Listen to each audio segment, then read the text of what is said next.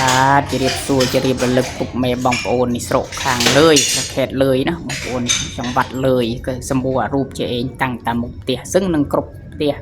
ខេត្តក្រោយគឺគេមានអាដែលធ្វើបុណ្យជាឯងគេហៅអុយហៅភីតាខូណាភីតាខូបងប្អូនស្រុកគេហៅភីតាខូគេតាំងគេគោរពសាសនាគេមិត្តស្រួយត្រួយនឹងខ្មោចគេមិត្តស្រួយដូចប្រេតចេញណាគេតាំងតាមមុខផ្ទះទោះបីតាមមុខលុតតាត់គេតាំងសាសនាគេណាបងប្អូនគេគោរពកាន់ធ្វើបានខែក្រោយគេនឹងធ្វើបុណ្យដល់ខែដល់វេលាដល់ធ្វើបុណ្យសែនធ្វើអុយទៅណាជាប្រពៃណីរបស់គេគេហៅថាពីតាគោនេះបងប្អូនមិត្តស្រួយហ្នឹងណាដូចប្រេតឯងប្រពៃណីគេតាំងដូចយើងតាំងអីពីម៉ោងតាមមុខផ្ទះហ្នឹងណា